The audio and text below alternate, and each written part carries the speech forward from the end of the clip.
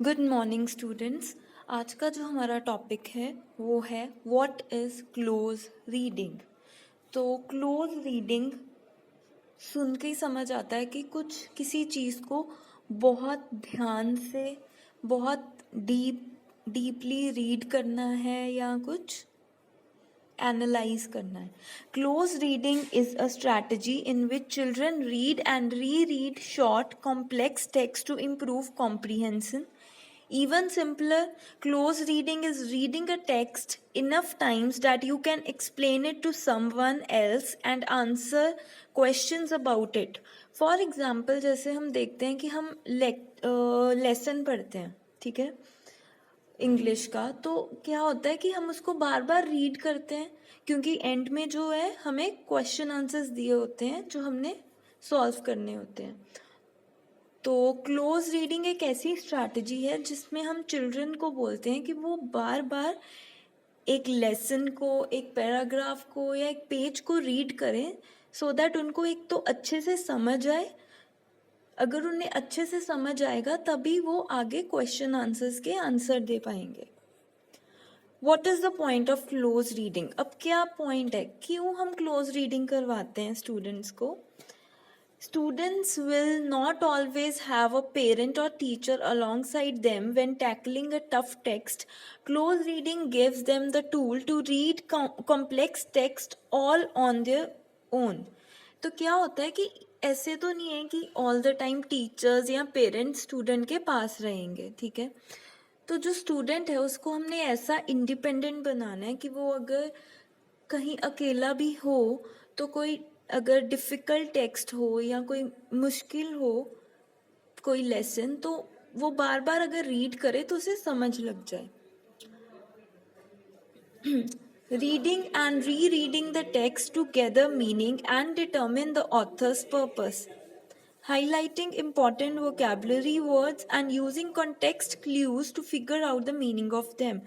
पहले हमने उसको रीड करना है, पहले रीड करना है नॉर्मली एक बार, फिर से उसको रीड करना है, उसके बाद उसको उसमें से जो इम्पोर्टेंट हाईलाइट है ना वर्ड्स जो हमने फर्स्ट टाइम सुने हैं उनको हाईलाइट करके रख लेना है.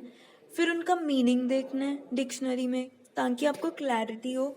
उसके बाद providing evidence and support for answers to comprehension question by using the text itself. फिर उसके बाद जो हमें क्वेश्चंस दिए गए हैं एंड में उसको आंसर करने के लिए हमने एविडेंस या सपोर्ट निकालनी है. एविडेंस मीन्स कि उस क्वेश्चन का आंसर कहाँ पे है वो निकालना है. अब कैसे करनी है हमने close reading? Read on your own, खुद रीड करना है. Listen to someone's read it. अगर कोई रीड कर रहा है तो उसको ध्यान से सुनना है. उसके बाद सर्कल की आइडियाज़ को सर्कल करना है. Take notes on the side पे नोट्स बनाने हैं. Define words you don't know, जिनका मीनिंग नहीं पता डिक्शनरी में देखना है. Draw pictures to remember. अब क्या करना है? Answer the questions, do something में answer the questions, talk about it, write a report, continue the story. ठीक है. इसके बाद है कि क्या क्या हमें करना चाहिए और क्या क्या हमें नहीं करना चाहिए.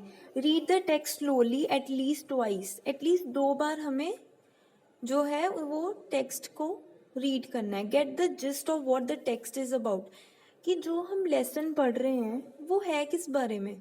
Circle the words you are not sure of and try to figure them out. ठीक है.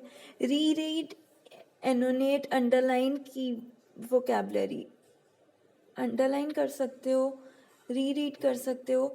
Use the text to answer question. ठीक है. आपने वो जो टेक्स्ट है जो आपने रीड किया है उसको आंसर्स करने के लिए यूज़ करना है. Gather evidence from the text.